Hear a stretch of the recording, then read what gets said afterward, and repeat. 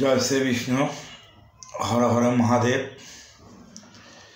আজকে আপনাদের সম্মুখে কিছু ইম্পর্টেন্ট, এটা প্রত্যেকটা জীবনের দরকার, প্রতিটা মানুষের জীবনে এই দিনগুলো আসবে এবং এটা চিরন্তন সত্য। সেই বিষয়ে আজকে আমি আপনাদের সম্মুখে আলোচনা করব। তো আলোচনা করার আগে সবাইকে আমি একটা অনুরোধ বলি, আমার একটা ইউটিউব চ্যানেল আছে এসকে চক্রবর্তী, এই চ্যানেলটা সবাই একটু সাবস্ক্রাইব করবেন। আর আজকের আলোচ্য বিষয় হচ্ছে যে মানুষ মারা গেলে, তো আমাদের মধ্যে অনেক ব্রাহ্মণেরা অনেকভাবে দেখি ভুল যজমানদেরকে ভুল ব্যাখ্যা দিয়ে থাকেন বা ভুল বুঝান। আমার চোখের সামনে অনেক ভুল হচ্ছে, কিন্তু বলতে পারতেছি না, এই জন্য ভ্যান্না বনে খাটাস বাঘ, এরকমও কিছু অবস্থার মধ্যে আমরা আছি। তো আজকের আলোচ্য বিষয় হচ্ছে যে মানুষ মারা গেলে আমরা কখন থেকে ওষুধ পালন করব এবং ওষুধ পালনের সময় কখন থেকে শুরু হয়।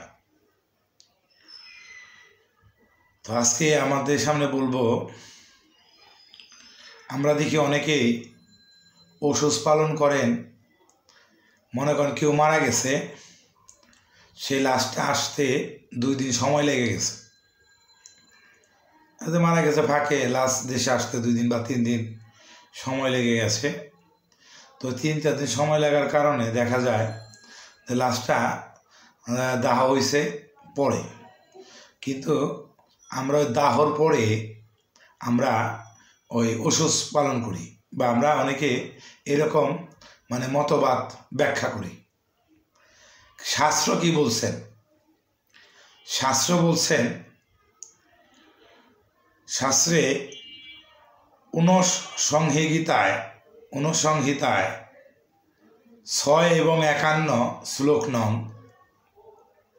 ওখানে বলছেন, দাহ সূচ কর্তব্য দ্বিজ নাম গ্রহ ত্রিনাম সপিণ্ডনাং তো মরণে মরণা দিত বেসূচ।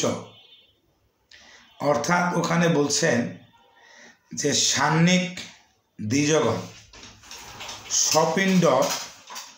সপিণ্ড মরণে দাহ হইতেই করবে, আর অপর ব্যক্তিরা দাহ করবে